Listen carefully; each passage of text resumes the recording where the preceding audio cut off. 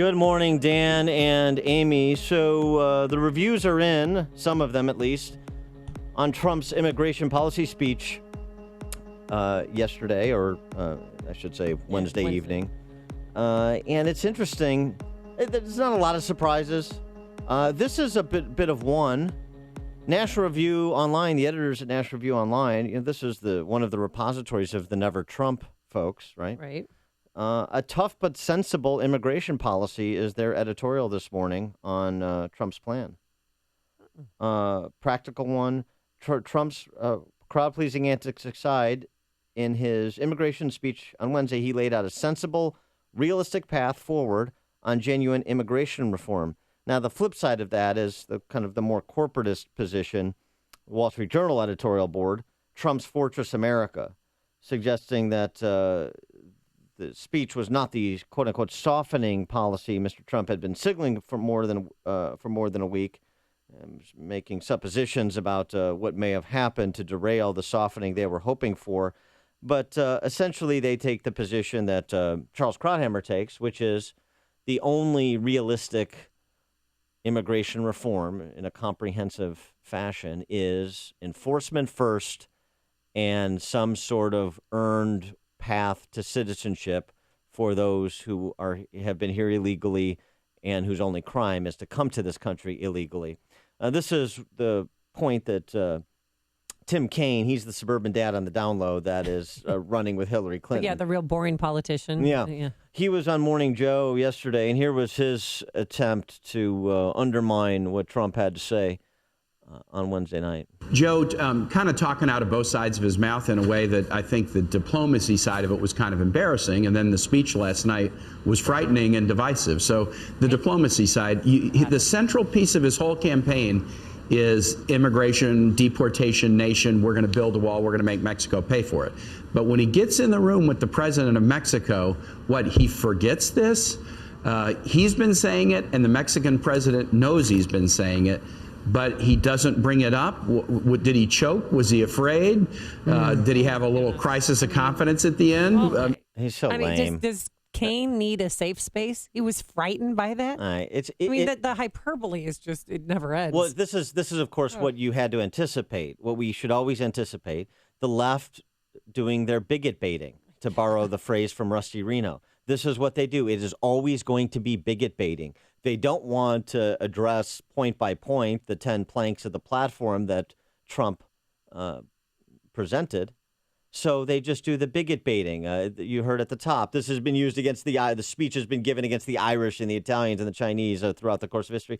It's not, no single group is targeted except persons here illegally or persons who have designs to do harm to this country or who have already done harm to this country and haven't been deported as they should be, which even the left agrees. At least they take the rhetorical position.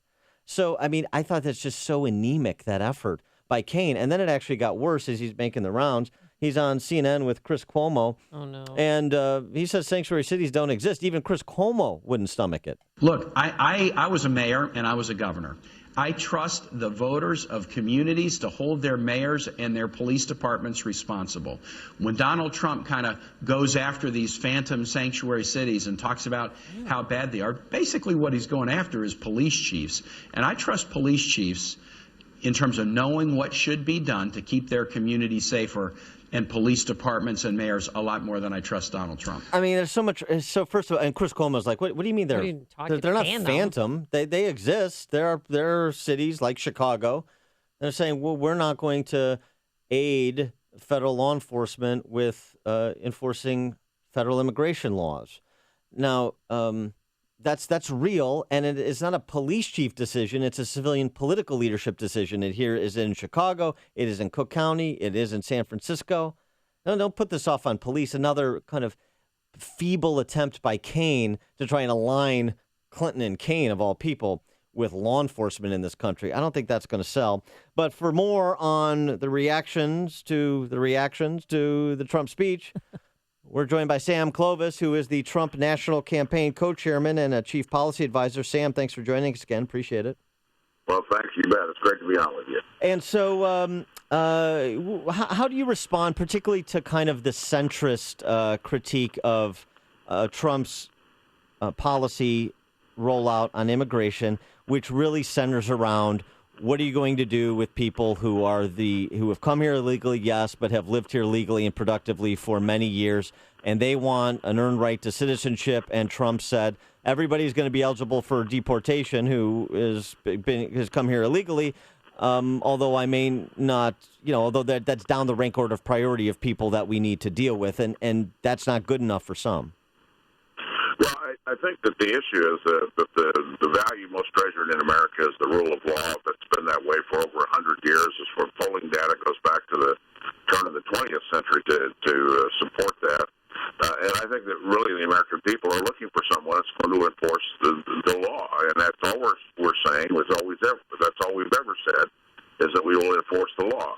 Now, the idea that we would reward someone who would come here to jump the line and reward them with a path to citizenship, that doesn't make sense, because it really is unfair and frankly immoral to put people who broke the law, who entered this country illegally, ahead of people who are trying to get into this country legally and who have gone through all the hoops and all the other aspects of this. And it just doesn't make any sense for us to do that. And then take a look at the demographic that we're talking about. That in most cases, we're talking about people who are competing on the seams of our employment and labor force, who are literally competing with people who need jobs, and frankly, in America. And again, it suppresses wages. All of these factors, economic factors, are in play as well. Plus the fact that it costs state and local governments probably around $120 billion a year to support illegal immigration, and I think that this is why people in America are tired of it, and they want something done about it, so that we are not put in a position where we're bankrupting our cities and counties. And the fact of the matter is that we can improve our public safety, we can improve the safety and the lives of Americans and people who came here legally. So all of these things are in play, and it's simply by enforcing the law that we can achieve that. But Sam, Donald Trump's plan includes self-deportation, or he's hoping for that. Do you really think that would work? Well, I think that the issue that we really face is we have the administrative procedures that are in place. This is not something that's going to take place and it's going to happen in the first weekend of a Donald Trump presidency. This is something that will have to be done in a deliberate fashion. We want to round up the bad guys first. We want to empty our prisons of criminal aliens. We want to make sure that we take the drug traffickers off the street. And in the process, we want to make sure that we get things like E-Verify done, so employers know that when they hire someone, that they're hiring someone who is in this country legally. That's in their interest. It's in the interest of the American people. And I think that once we see the situation, that people understand that they can come if they're here and they want to be here legally, that they can return to their home countries and get in line and come back. I think that that's simply, again, enforcing the law, and that's all we're asking to do. Now, we're talking to Sam Clovis. He's a national campaign co-chairman for Donald Trump presidential campaign. And we talked to Steve Cortez, who's a member of Trump's Hispanic Advisory Council yesterday, and he was fairly pleased with the speech. But it's now being widely reported, for obvious reasons, that there were a number of members of that same Hispanic Advisory Council not pleased. Jacob Monti, Ramiro Pena, and Alfonso Aguilar, one Pena's from Texas. Monti, I think, is a Houston attorney. Alfonso Aguilar is the president of the Latino Partnership for Conservative Principles. These three individuals have said they're either pulling their support for Donald Trump or are inclined to do so. What's the reaction to that? Well, I think that people certainly have their own views and their own opinions on this, and I understand that there are sensitivities, and people have those sensitivities. But again, I think that what we're looking at here is doing something that is important for America, and that's establishing the rule of law. We have had an administration for the last 8 years that has shown absolutely no consideration for the Constitution of the United States. They've been selective in any aspects of this. And at the end of the day, the American people are not served by an administration or a government that is selective in the enforcement of its laws. The oath of office for the President of the United States says that individual will enforce the laws of this country. And that is essentially, and all we're saying, and I hate to be repetitive on that, but I can't find it in myself to understand how anyone can take exception to the fact that we want to enforce the law of the country.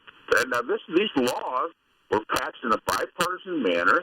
These laws were delivered to us. Even the 1986 Immigration Reform and Control Act was passed in a bipartisan manner and sent forward. And the fact of the matter is the American people should have an expectation that we send to Washington these laws and write these. Sam, we're losing your cell connect there. So Sam Clovis, he's a national campaign co-chairman for Donald Trump. Sam, thanks for joining us. Appreciate it. And he joined us on our turnkey.pro answer line. This is the morning show.